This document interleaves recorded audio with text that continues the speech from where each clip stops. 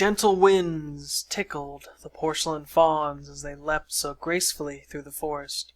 Autumnal skies cage the porcelain fauns in hazy light that pricks at their furry coats. Anxiety washes over the porcelain fauns, causing them to run to the back of the forest. The fauns moaned for help.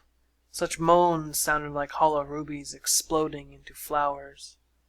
The rampage through the tall grasses of the forest floor led them astray as they now faced the forbidden edge of the forest. The porcelain fauns burst out of the forest into a gigantic field. The ground looked like deep ocean covered with soapy lines of teal that led off into the horizon. Nestled in a salad of clouds were the 5 suns that created this world: blue Damlay, red Vorhees, golden Amnhal, pink Physhe, and the Radiant Omwallo. The porcelain fauns stared in awe at the sight of the 5 suns. Their awe was cut short as off in the distance a figure called out to them. The porcelain fauns squandered on over to the being at the horizon's edge, in a squadron of 7, shaped like a white V. His being was composed of pure black and appeared to rise up from the wireframe-esque floor. It held a trident made of peaches and sharp eggplants, whilst an orb of cream floated in its left hand. Behind the being was an infinite stream of consciousness, the true nether that binds us all together. The being stared at the porcelain fauns with its pentagonal head, each point resonating with the 5 suns above.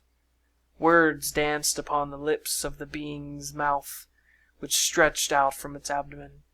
The porcelain fauns gazed at the being and weren't able to understand its language. A different set of words flowed from its teeth. Again, it was not understood by the porcelain fauns, and they simply tilted their heads in confusion at the being. The giant mouth smiled a crooked smile and clutched the cream orb in its left hand.